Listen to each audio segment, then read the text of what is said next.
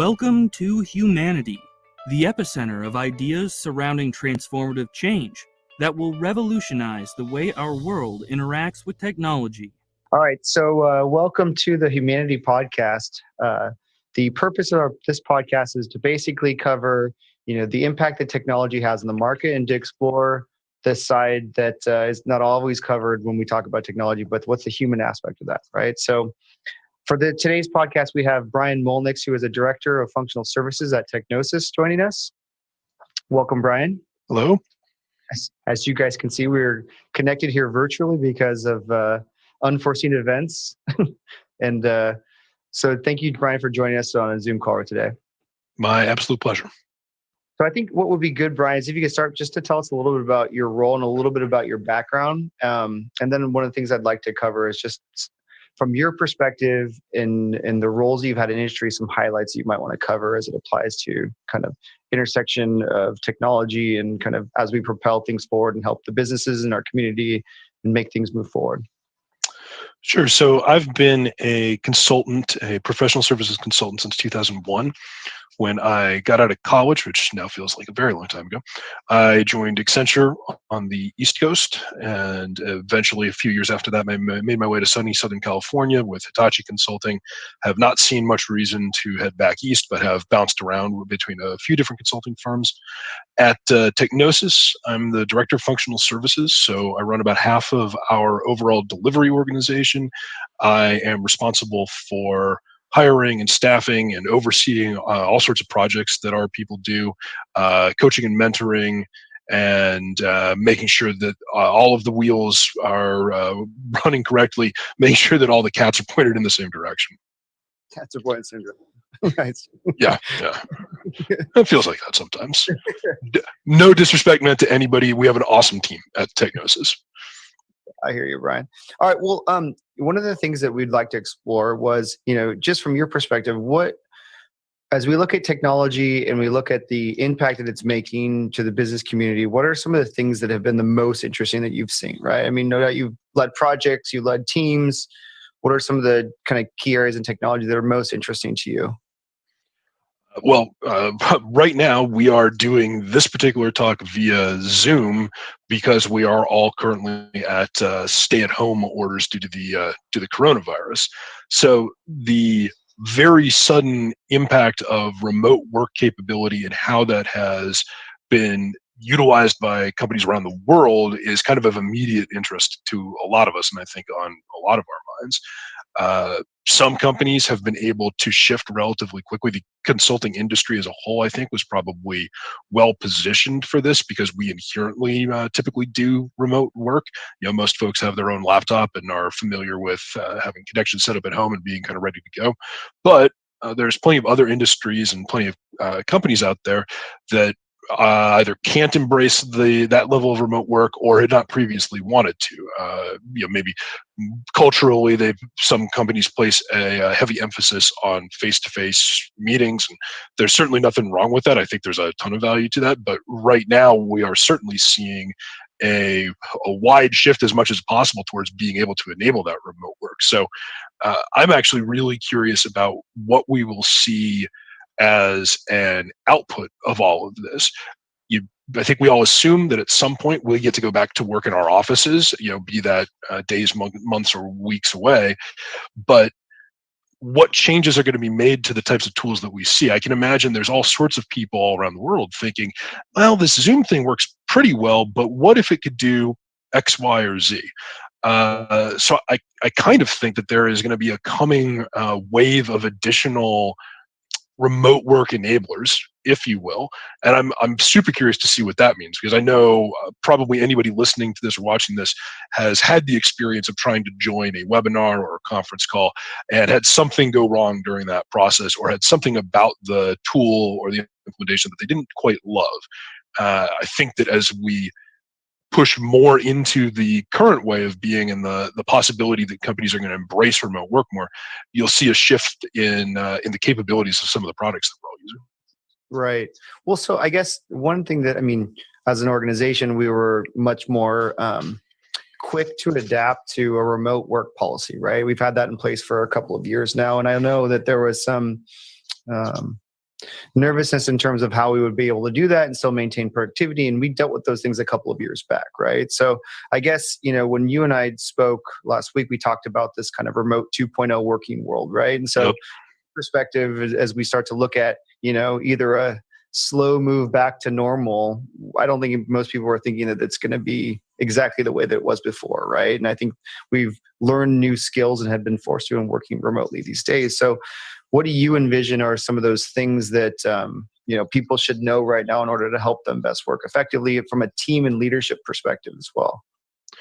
The thing that immediately jumps to my mind with that question, and I've been thinking about it since we had our conversation previously, is the need to be thoughtful about how you have interactions that used to be driven by sort of organically running into people. If you're working in your office or at a client site or wherever, as long as there's other people around, you often didn't have to schedule specific meetings just to catch up with a person. You happen to run into them in the hallway and talk for 5 minutes, or you get together at lunch, what have you. I think everybody immediately keys in on the idea of, all right, we'll just make all of our meetings virtual, and everybody, especially in the information space, can really effectively do a lot of this stuff remotely. But we start to lose track of some of those day-to-day activities, day-to-day interactions that now have to be forced rather than just happening organically. So, I mean, an easy example that I would use is within just a day or two of the overall stay-at-home order coming for us, we hosted a kind of a virtual happy hour to give people an opportunity to blow off steam. I mean, this was still at the point where in Southern California, you couldn't buy a roll of toilet paper to save your life. No one knew what was happening.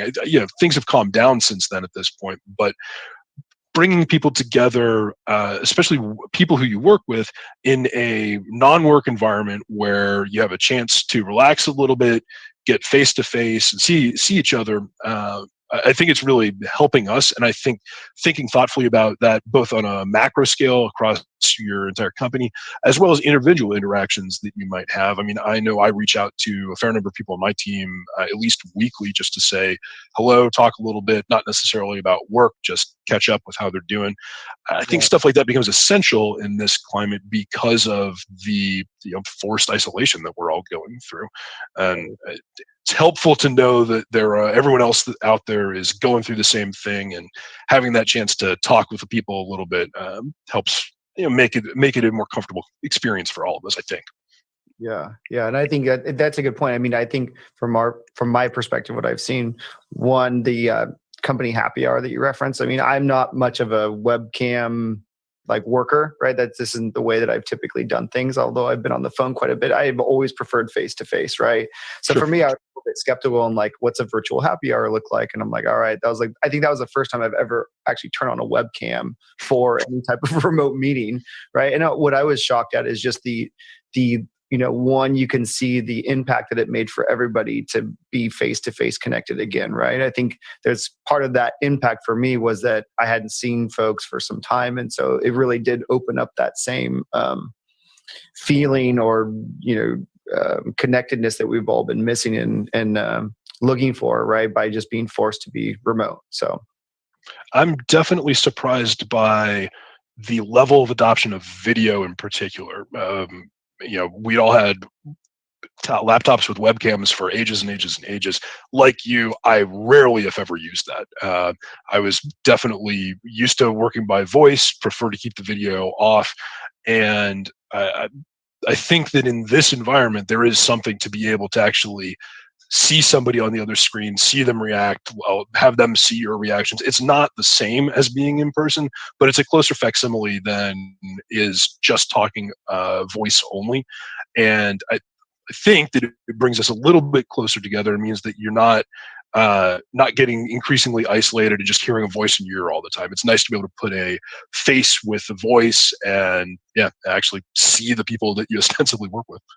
Right. And I think, the example that you gave before is you reaching out by intention versus walking by somebody at the vending machine. Let's say there's an intention. Yeah, absolutely.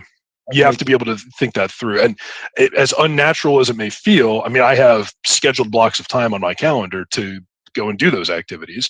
Who I reach out to day to day differs, but I have to be thoughtful about it, because if I don't, it's easy to get missed. And once you start missing it consistently, I think it allows that sort of isolation to eat away at people. And I'd much rather overcommit to that sort of communication than undercommit and leave people feeling isolated and potentially depressed and whatnot based on this rather horrible situation that we're all dealing with.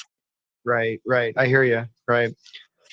All right. Well, so I mean, I guess I'll pivot the conversation a little bit, right? So, given that we're in the business of helping organizations implement their technology strategies and solutions, and that the heart of that is software building at our core, what are the things that you've seen the industry shift to that's allowed for us to be able to work remotely and kind of been able to get the software process or the software building nature of what we're working on to be able to move forward as well? Because I think that would be interesting to talk about.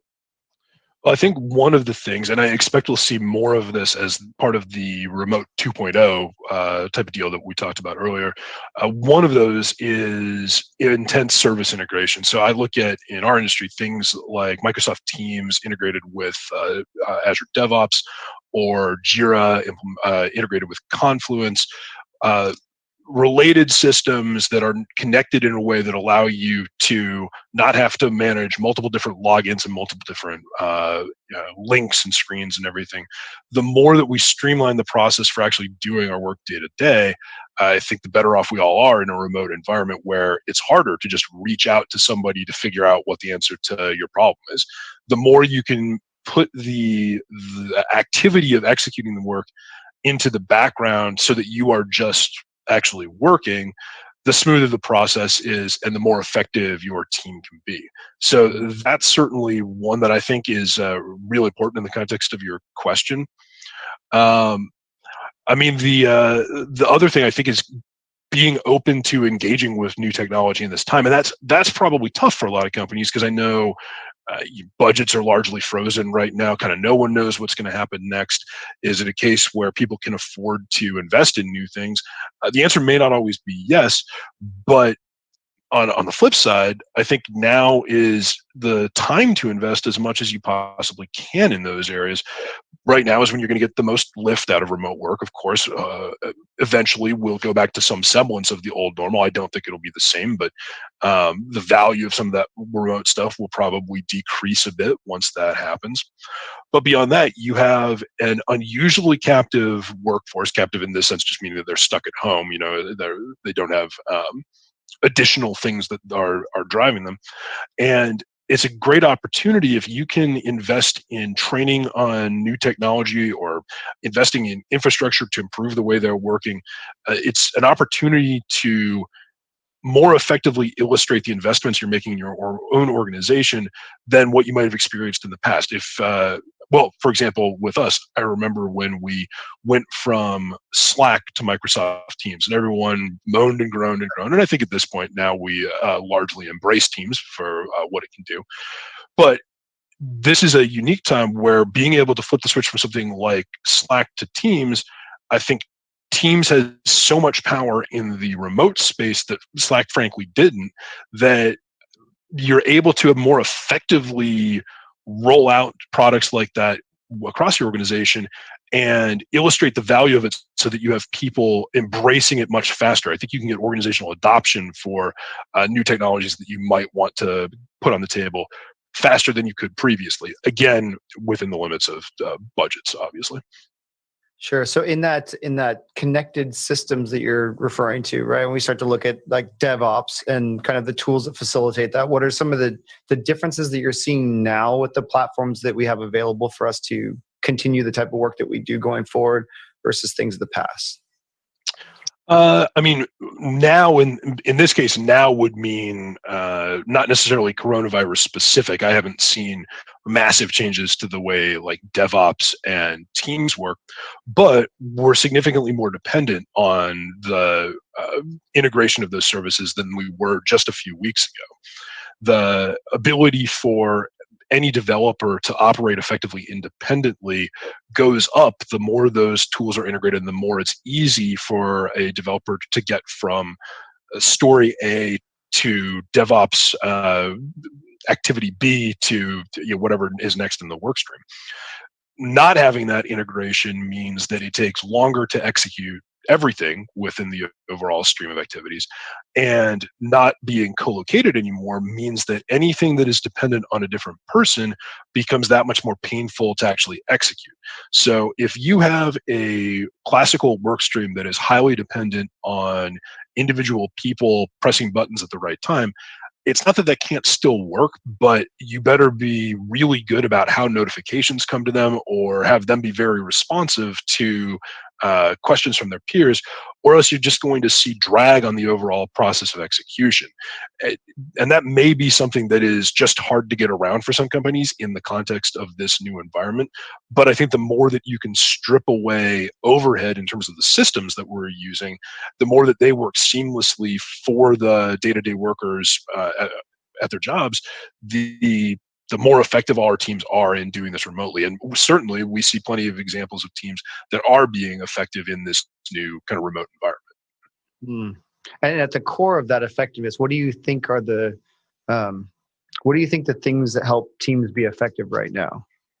I mean, good communication was always a key aspect for any team to be successful, but I think has ratcheted up in importance tenfold. I don't know. It's massively important.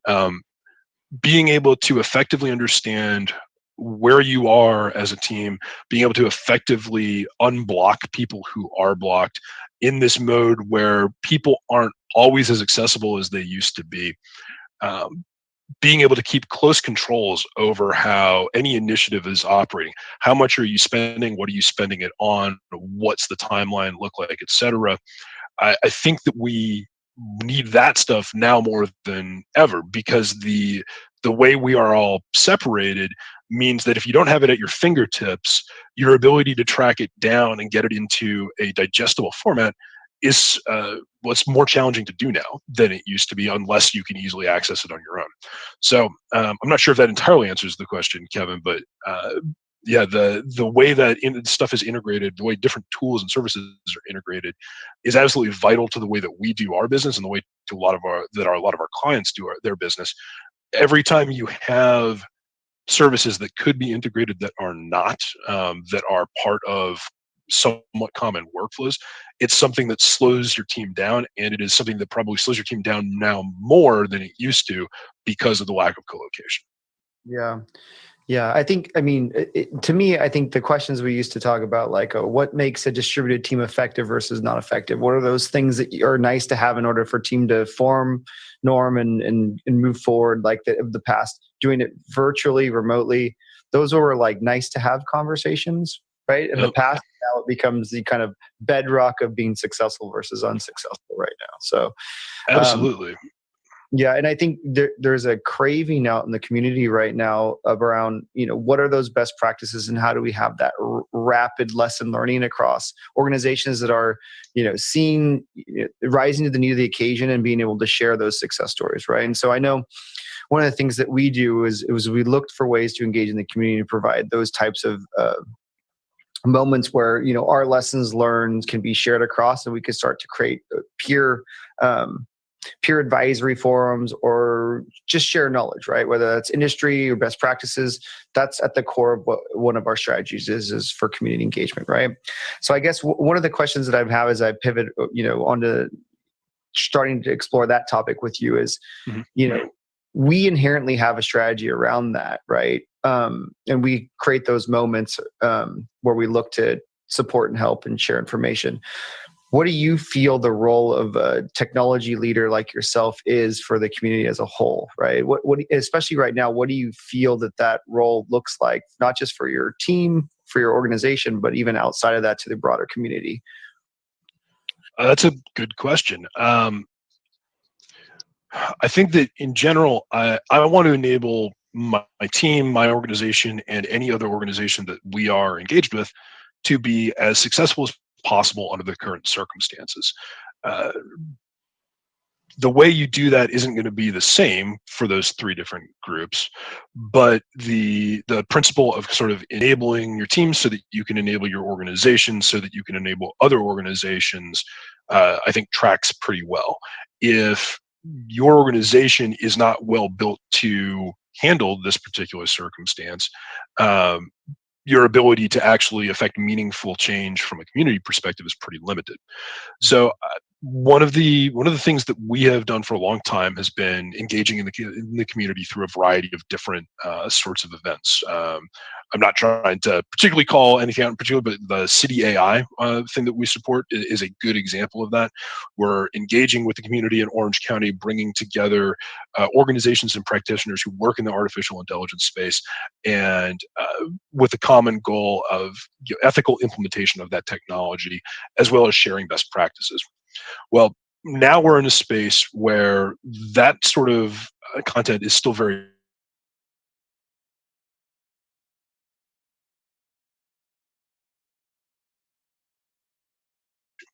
Right. so. We have definitely been jumping on the webcasting bandwagon, not just this podcast, but other events that we've had. We had a webcast recently on powerful OCR technology that we had developed. But doing things like that where it's not even necessarily about products or capabilities that your firm brings to bear, continuing to reach out to the community to have events where possible. We all know people at different companies. They're all going through the same problems that we are for the most part. Even if it is literally just to commiserate and drown our sorrows a little bit, forming those connections helps establish that sense of community, and providing frameworks for community discussions on different subjects. The remote work is a perfect example of one, but there's plenty of others. Remote work itself covers a wide variety of things. There's what we talked about a little bit previously. How can I make sure that my team is effective within this context?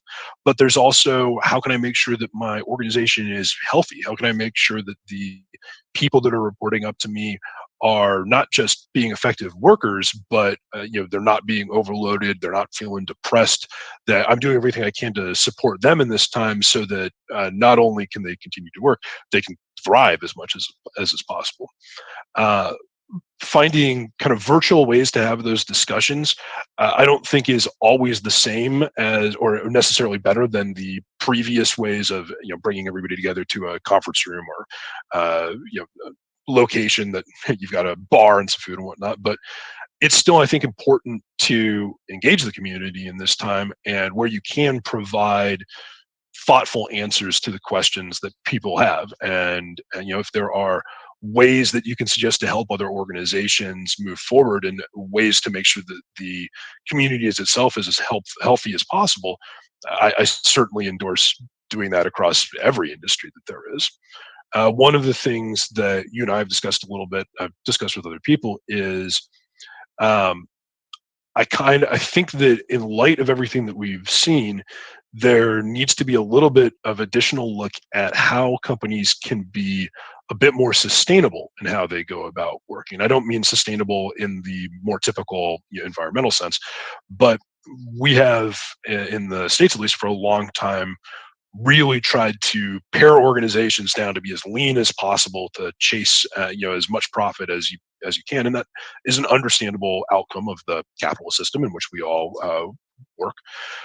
But in light of what we're seeing right now, taking a slight step back and building organizations to be more sustainable from the ground up, meaning fewer instances where a single person is a single point of failure, meaning somewhat more robust infrastructure, whatever that means for your individual organization, so that if an event like this occurs, you're really able to kind of immediately shift over to everybody now has to work from home, and you're not playing catch up the way a lot of organizations were, just to get their infrastructure to a place where they could accommodate that level of working. I know nobody loves to make those upfront investments. We've all kind of been through it, but as is typical with these things, paying a little bit up front usually prevents a lot of pain down the line. And I imagine that there are plenty of organizations right now that wish that some more of those investments had been made, so that they weren't chasing it right now.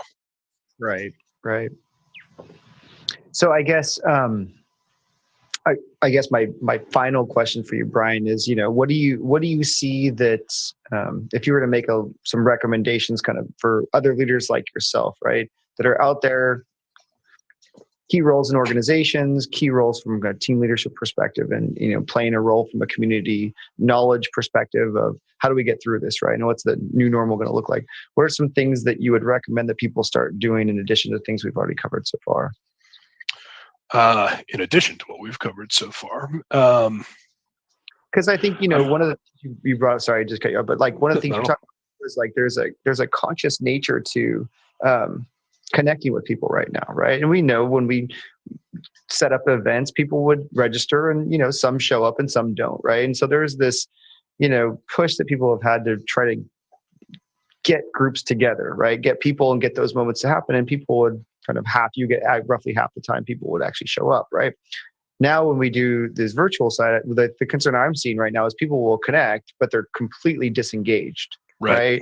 When you're face to face with somebody, you have there's a natural human moment where you're engaged face to face, and you can see right now, if you're on a Zoom call with 15 people, it's very easy to click a button and it's very easy to disconnect and not engage, right? And so, as an example, that's one of those things where I think you're bringing up that conscious to connect. I think to me, it goes in addition to just individuals and is part of a group too, right? And as I start to think about the community, people have to be conscious to engage themselves. They can be disconnected, not go to these webinars, not to engage in any peer groups and things like that, and they'll completely miss out, and they won't do that. So, as an example from what I'm inferring from what you're saying, there's that people need to start to think about, right? What are the things that I need to consciously do that I previously took for granted because I would just, show up to a happy hour because I wanted to grab a couple of drinks and then meet with some of my peers, right? Now it's very different than that. There's not really that upside to be able to do that socially as much as we had before, right? So, I mean, I guess looking at it from that perspective, I think everybody should take the time to think a little bit about how the activities they would normally take part in, how that can be transferred and become effective in this virtual space that we're now all occupying. If you spend a lot of time doing sales work, for example, you now have a significant challenge if you were dependent on constant face-to-face outreach. So thinking specifically about what can I do to fill that gap, if not the whole way, enough to engage with people, is an important exercise that we should all be going through. I know I've spoken to a number of friends at other companies who had a similar experience to me when we first entered this state, which was that it seemed like the volume of work ratcheted up by like 50%. It was for the first week to 2 weeks, it was just absolute constant nonstop activity, barely enough time to breathe and think. Right. For me, at least, it seems to be calming down a little bit. There's still plenty to do, but there is more time now, I'm finding, to be able to think through some of this content and some of these needs in a more thoughtful way, and not just trying to address the very next thing that needs to get out the door. So being conscious and thoughtful about how to address some of the things that you would do day to day, like those one-on-one calls that I mentioned, but that's not the only example. Thinking that through and understanding how you yourself and your organization can address that stuff is, I think, a very, very logical first step. Mm-hmm. I mean, another thing that I tend to think people should be thinking about is, what does this mean for your organization once this is done? None of us really knows what done looks like right now. Are we all going to be able to just go back to the office on June 30 or whatever? It doesn't seem like it's going to go that way exactly. So if you were previously on the fence about remote working, what can you do to be more comfortable with it? Is it something that your organization can embrace a little bit more, so that as we get back towards normal, that transition period, which depending on who you read could be anything from months to several quarters, so that period is eased for you and your company continues to be effective during that period. Something you and I have debated is whether or not companies are going to ultimately end up reducing floor space at some point. Because if you have proven that you can work remotely effectively, there's plenty of organizations that probably don't need to retain all the space that they have, and you can shrink your costs somewhat once your workforce has proven that they can effectively work remotely. Maybe there's new metrics you need to be examining in terms of how you determine whether or not someone is being effective remotely. There's a lot of different space to examine it, and I think this isn't a case where we just need to get through the next week and everything's going to be fine. To me, it looks like there's going to be a long-term impact to how we all do our business. I would be surprised if everything gets back to normal within the next 3 months. I mean, obviously, I'm hopeful. I want to go to a bar like everybody else, but being able to spend that time to think through not just how do we address today's needs, but what does this mean for our organization long term, and can we take positive lessons out of this about how we do our business?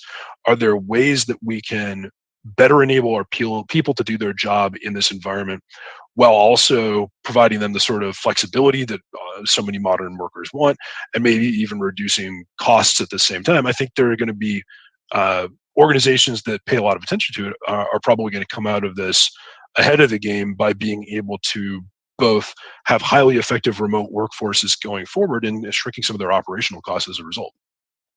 Gotcha. All right. Well, Brian, I just wanted to say we're running out of time, and I wanted to say thank you for joining us today. I appreciate your time. Appreciate you connecting remotely and making time for us to connect here. I would suggest anybody who's listening to think about some of the things we're talking about, right? I think the new normal that people keep referring to is something that we're likely to endure for quite some time, right? At least not through the end of the year, by all accounts from what I'm reading, right? So. Yep. We look at team leadership and getting work done. These are the types of things I think are going to be things we start to build strategies around. But right now, it's difficult to build a strategy when the economy opens back up. But one thing it is safe to make a strategy is how do I connect? How do I lead? How do I get work done? And how do I measure that, right? And how do I foster things to move forward? So thank you, Brian, for the time with us. And we'll talk to you soon. Take care. Thank you. My pleasure. Stay healthy, stay safe.